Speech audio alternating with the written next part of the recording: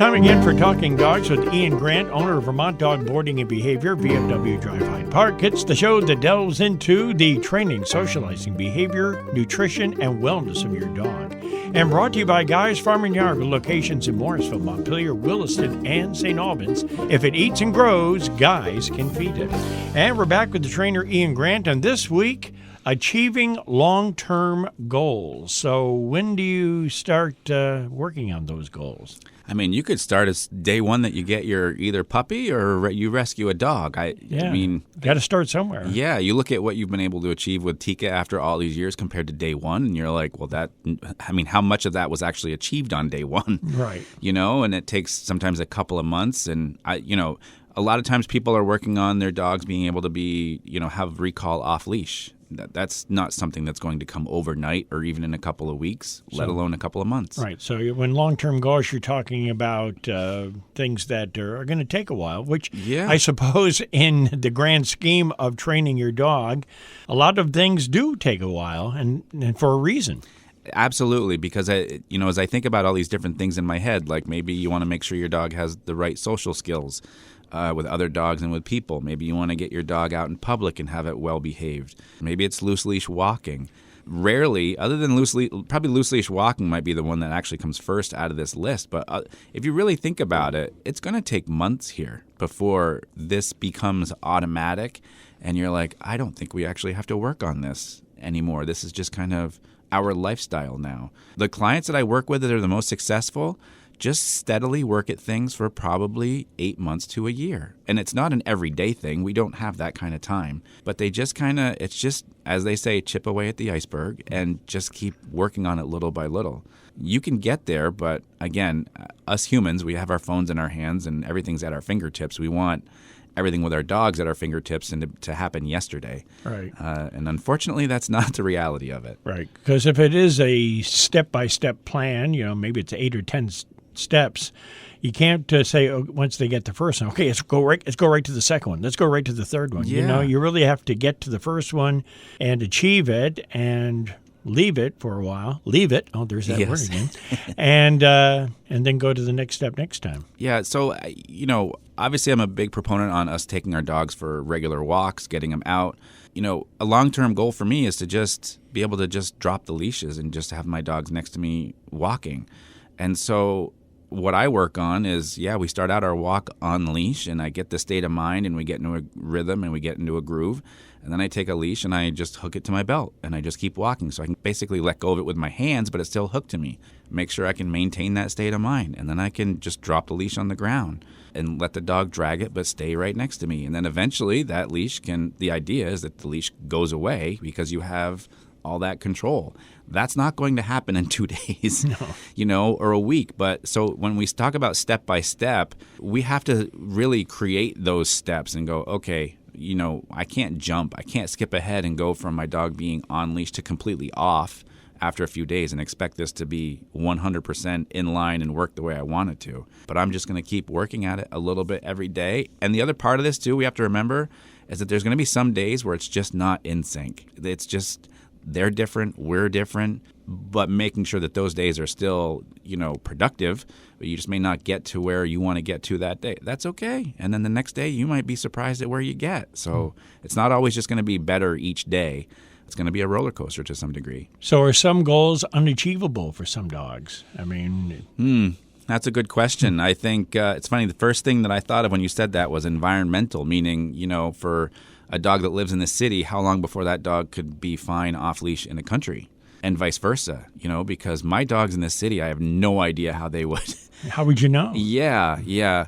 I actually had a client a couple weeks ago who was working on their dog's social skills because their dog kind of gets a little stiff and a little rigid. And they go, will they ever become just comfortable and happy-go-lucky? And I say, ideally, I'd like to think that the dog can. I'm not going to doubt it. But we have to look at the regular positive interactions that we can create with that dog. And that's the long-term goal. Every reaction or every interaction, we want it to be positive and we wanted to keep it positive, keep it short, and so the dog can build on that. And the less they have the bad interactions, I'd like to think the less they think about it. Yeah, and you don't want to be despondent if something is just not either going to happen or is not happening. Right, and I'm not going to force it to happen. Right. Yeah, we have to let it kind of happen organically, with our guidance and direction as well. So I think there's probably some dogs that are just too far gone. They just too reactive. And I say that probably from my skill set. I'm sure with somebody that's trained for 40 or 50 years, they probably would look at it differently, but that's not to say that it's not possible. It's hard for us to say it's too much, but the severe cases, it can be too much. No two dogs are alike. No, they're not. No. Back with our question from the doggy bag in just a moment here on Talking Dogs.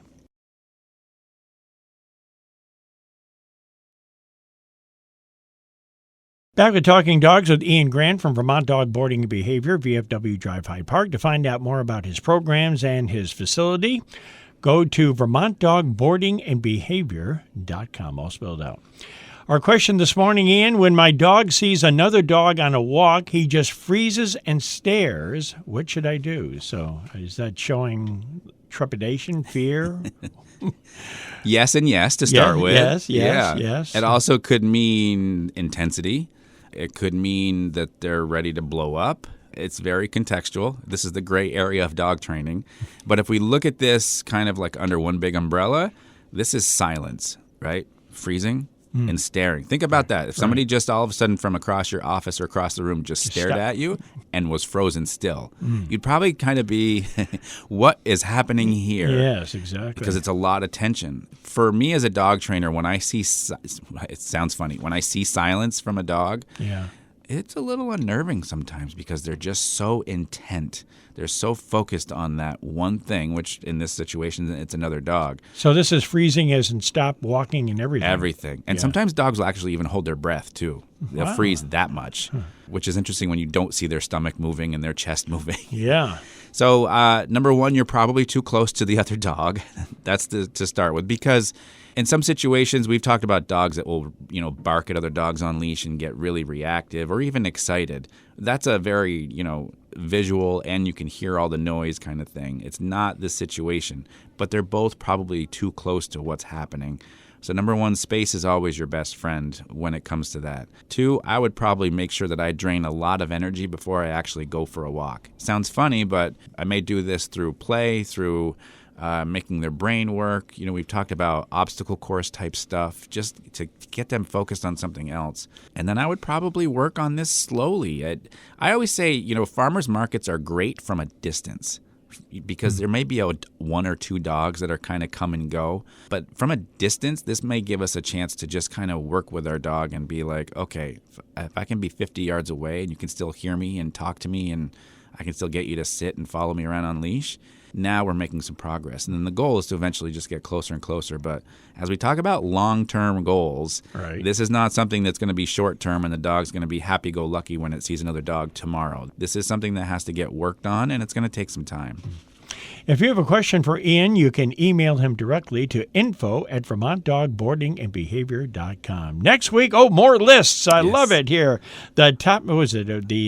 What was it we talked about a few weeks ago? The commands, top 5 commands. The top 5 commands. Well, this next week, it's the top 3 reasons dog owners are successful. You could probably almost guess at what some of those are. But we're not going to, we'll leave you in suspense for another week. Yeah, a little preview. But folks, you can come up with your own list now, how you think you're successful. There you go. See if you can match up with Ian. Absolutely. On Talking Dogs with Ian Grant, brought to you by Guy's Farm and Yard with locations in Morrisville, Montpelier, Williston, and St. Albans. If it eats and grows, Guys can feed it. And for the trainer Ian Grant, I'm Roland DeJoy, and we are Talking Dogs.